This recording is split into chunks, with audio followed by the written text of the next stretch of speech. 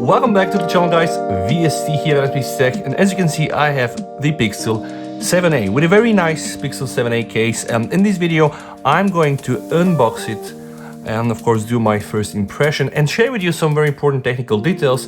And what is even more important, why the hell did the Pixel 7a land up on my desk? We know that the Pixel 8 series is around the corner, and if you have been following me through the last months, you know that I also had the Pixel 7, which I sold. Now, why the hell did I end up buying the Pixel 7a? This is going to be like the main question. And what exactly has the Pixel 7a that is so unique that the other Pixel 7 series phones like the 7 and the 7 Pro doesn't have? I'm gonna try to answer these questions, guys. But first things first, so this here is the Pixel 7a, and you can just see, guys, it is brand new, sealed in a box. All right, so without any further video, guys, I am going to cut it open and of course do the first review. What I do like is the color, guys. The color is called Sea Azur Claro, Seeblau, Ocean. It's really impressive. It is the 128 GB version, and I do of course also have the matching case, which also looks very, very nice. So without any further video, guys, let me just take my little helper here and let's try to unbox this baby. I need to be careful, but here we are, guys. I am unboxing it the old school way with a knife. Probably not the best, but this is how I do it. So here, guys, for the very first time on my channel, guys, unveiling the Pixel 7a, and whoo, oh my god, this color really looks amazing. I've switched the proper light on so that you can really see it, but of course we have like the Google Pixel patented RoboCop look, but the sea color is just outstanding, right? And you can also see how it shines here. So that's really, really nice. We have here the very same color on the edges, right? And of course now it's also proper time for me to unveil this beauty. Wow. Okay, wow. Whew, I'm hyped. Now, guys, of course, you know the story. We don't have a charger here. So we have the SIM card tool ejector, also with some books whatsoever.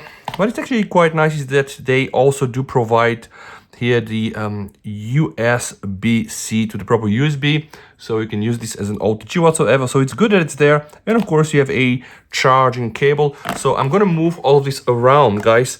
Try to open also the case. I want to show you also the case because I have a feeling this case is really a good one. Team Pixel. Wow. All right, it feels nice in the hand. Wow, we have a logo that looks like embossed, and the keys, guys, seems to be either like hard plastic or some kind of metal, but the case as well feels nice in the hand, and it doesn't really look so cheap. It looks almost like premium.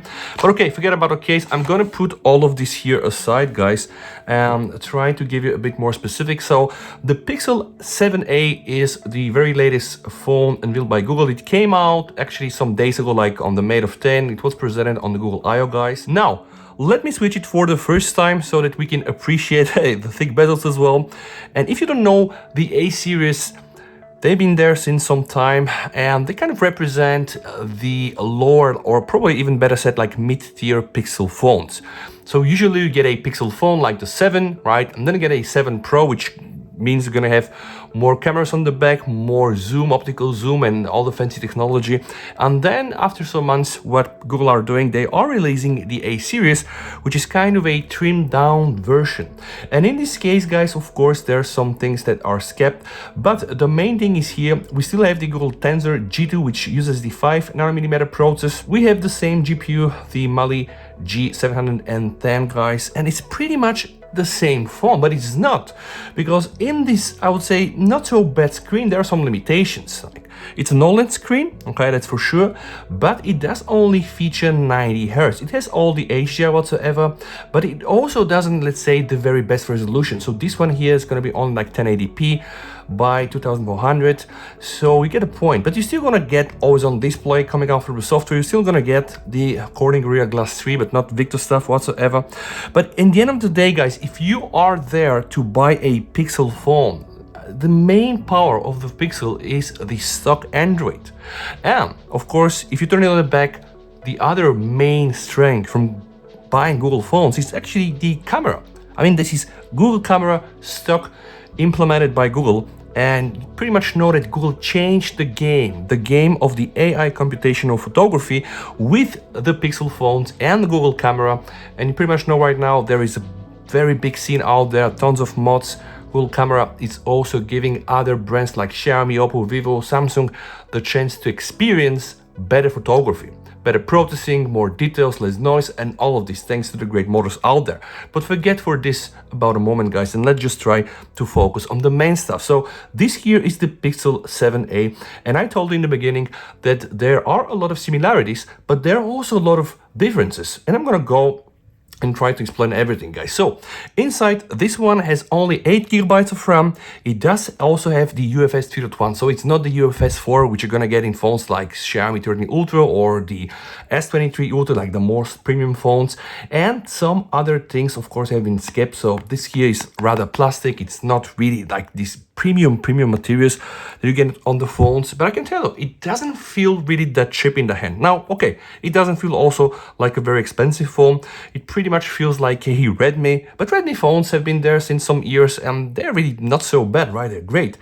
Of course, the main power of the Pixel is actually inside. It's the stock Android, and this of course comes with Android 13. Now, I am going to install Android 14 the very first moment I can, but let's just take a look. On the back, we have a USB-C charging port. We have the dual speakers, all right. Here, we have also the speaker integrated inside the top of the screen. On the right-hand side, guys, very beautifully, we have the volume rocker, which is one button, okay. And we have also the power on the power button. And the SIM tray, guys, is on the left hand side.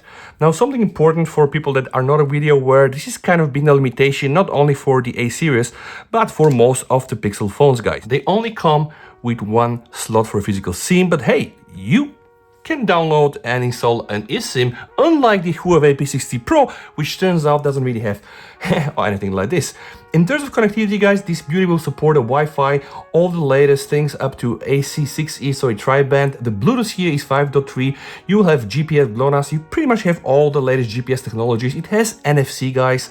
The USB-C on the back is even 3.2, so transferring files whatsoever will not be that slow. And guys, it really has the nice sensors. We have a fingerprint that it's under the display, it's an optical one. You get the proper accelerometers, all the proximity, the barometer sensors, guys. You do also have a 4,385 mAh, which is not exactly great, and you rather have a slow, only 18 watts charging, guys. And this is PD30, but if you want to also use wireless charging, which is included, you're going to be limited to only 7.5 wireless, which is kind of not great. And this phone will cost you something like 500 euro, which is probably a little bit too much for it. But the main power is the phone's camera. And Google changed the approach, guys. So it has the Tensor G2, which is kind of clear. And by the way, don't get me wrong, guys, the Tensor G2 is not the best chip around there. Even the Pixel 7 and the Pixel 7 Pro are known to throttle under heavy load, and they have their own problems. But often neglected, the main power of the Tensor G2 is not actually the CPU, but it's the TPU, which stands for the Tensor Processing Unit. Because the TPU, or the Tensor Processing Unit inside the G2, actually improve things like handling of camera and other related processing things with 60%. Or of course the first generation that was using the Tensor G1. So don't get me wrong, there's gonna be still the problems with connectivity, probably no proper Wi-Fi, VoLTE and all of this. And well, you know what, guys? Let me put my SIM card. You'll also have the IP67, which is dust and water resistant, not the IP68, guys. And let me show you, this here is the SIM card tray slot from the Xiaomi, and you can see it has this rubber here. And the one on the Pixel, yep, also, so not that bad. Okay, let me put my SIM card in the Pixel. You can already see I'm able to restore things such as apps, contacts, whatsoever. So I'm gonna click the restore button, guys. And why I always do so? Because this is actually a very good first test. The moment you restore, you try to download hundreds of applications, guys.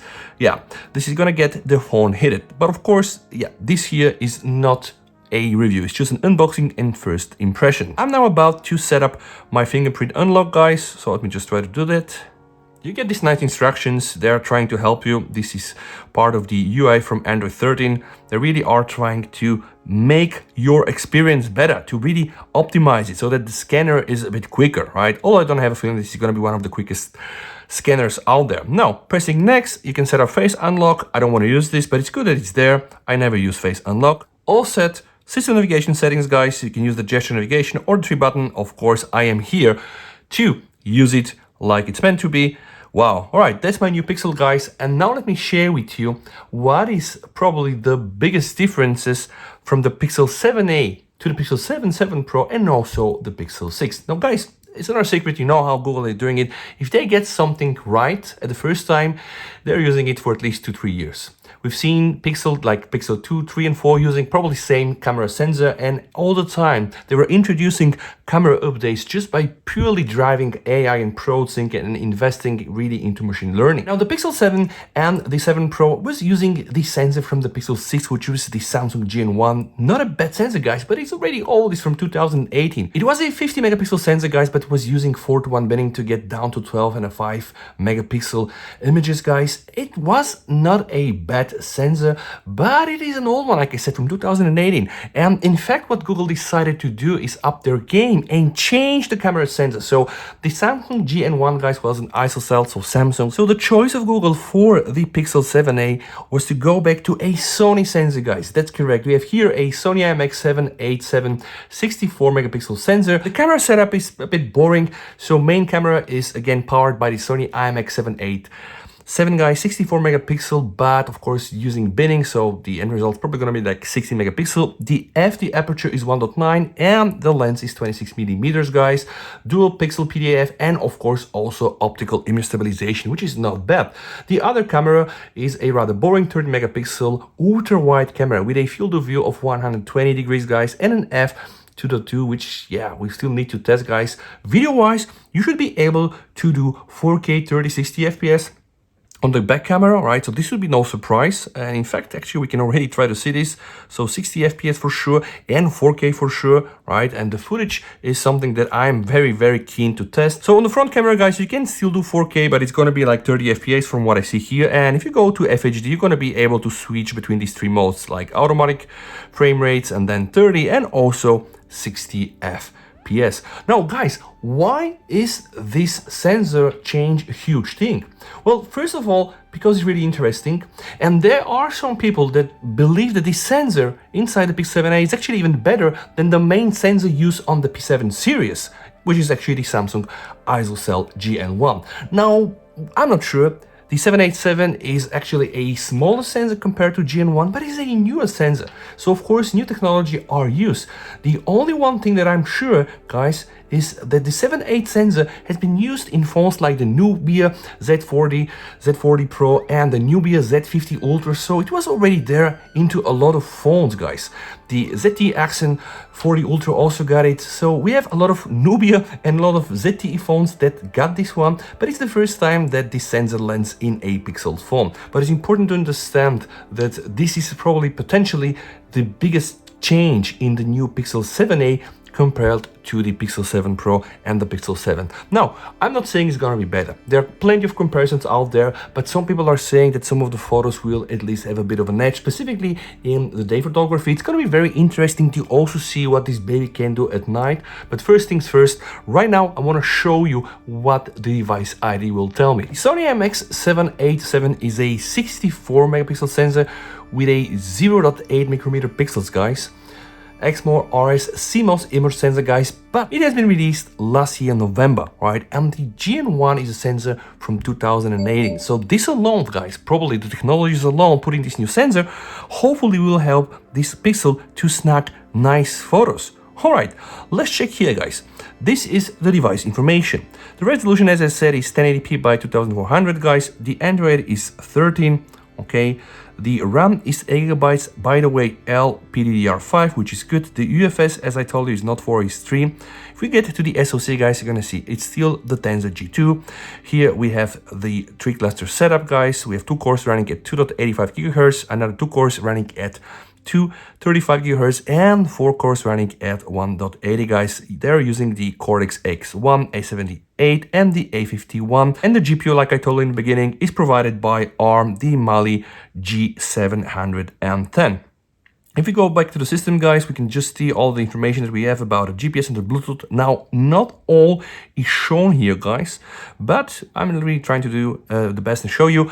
The screen apparently supports HDR10, HLG, HDR10 Plus, which is good, and of course only 60 or 90 Hertz. The memory inside is clear. Then we have the camera, guys. So the camera on the back is 60 megapixel, which means that the Sony IMX7 87 64 megapixel is binned by 4 to get down to the resolution of 16.1 megapixel. But before I do my full test, guys, I want to share some of the initial conclusions. Now, if we have to choose between these two sensors, then the GN1 is of course probably still the superior sensor. It's still like a high-end sensor. But in everyday use, guys, I really hope that we're not going to be able to see any of the differences, and that I don't have the Pixel 7 or 7 Pro to test this against, but I do have my other phones, the Xiaomi 13 Ultra, the iPhone 14 Pro, and the Galaxy S23 Ultra, where I will put a lot of heat against this Pixel. So in theory, I hope that the Sony IMX787 will still give me some nice details and some nice shots, at least daily shots. And yeah, I'm also quite hyped to see what this phone can do in terms of videography, right? Because the video from the Pixel 7 Pro and 7 was quite okay, right? And also taking still night photos. Let's check some of the settings. The first thing I always want to check is display. I have a feeling that it's stuck on 60 Hertz, so I'm just eager to see if I'm able to resize this. Yes, there is something called the smooth display. Automatically raises the refresh rate from 60 Hertz to 90. Okay, for some content. Now, 90 Hertz is definitely better. There are a lot of tests out there, guys, and some people are saying that somehow like 90 Hertz is kind of the sweet spot. Well, maybe before, of course, we ended up having phones with 120 Hz and even phones that support 144 and etc. But 90 Hz is definitely still better, and you should be able to browse and navigate really effortless, and also of course it should not really be that choppy. Let me play an HDR video for you guys so that we are able also to see initially how this display will perform. So I'm just gonna go to the cogwheel, guys, and manually adjust it to the maximum. Although, of course, I'm not able to reproduce 4K content on this phone, guys. We'll still want to see how it's gonna look like. And also, yeah, why not even also try to pump the brightness to the maximum, okay? So, wow. All right, let me know, guys, what you think. I'm gonna leave it for some seconds. Honestly, what I see right now, it's quite impressive. I mean, you not really expect to get this on a phone that cheap. And I say that cheap because I got this phone for 350 euro, which I believe was actually an absolute steal. Well, it's 6'1 inches, guys. 82% screen to body ratio. It really has these big bezels. Of course, that's rather like a mid-tier spec phone, guys. I don't know what is the highest brightness that it achieved here, but it seems that it's actually bright enough, and actually it's quite visible. So yeah, it will not be, of course, something like seen on the Oppo Find X6 or the Xiaomi 13 Ultra, guys, going up to 2,600, but definitely probably even above 1,000. So I really hope that this should be still viewable, visible under direct sunlight with this display that they have. And what is even more important for me, guys, everything really comes down to this camera. And by the way, there is already an update for the camera, which I'm going to update. There is also a system update, so I'm just going to install it right now. Guys, I'm gonna do my review on the Android 13. I don't want really to mess up with Android 14 right now, and please allow me some time to get everything up and running, and don't forget to really come back for more. But guys, one final thing still left. Let me try to put the phone in the case, in the matching case. Wow, I mean, yeah, it's kind of beautiful. Let me show you guys.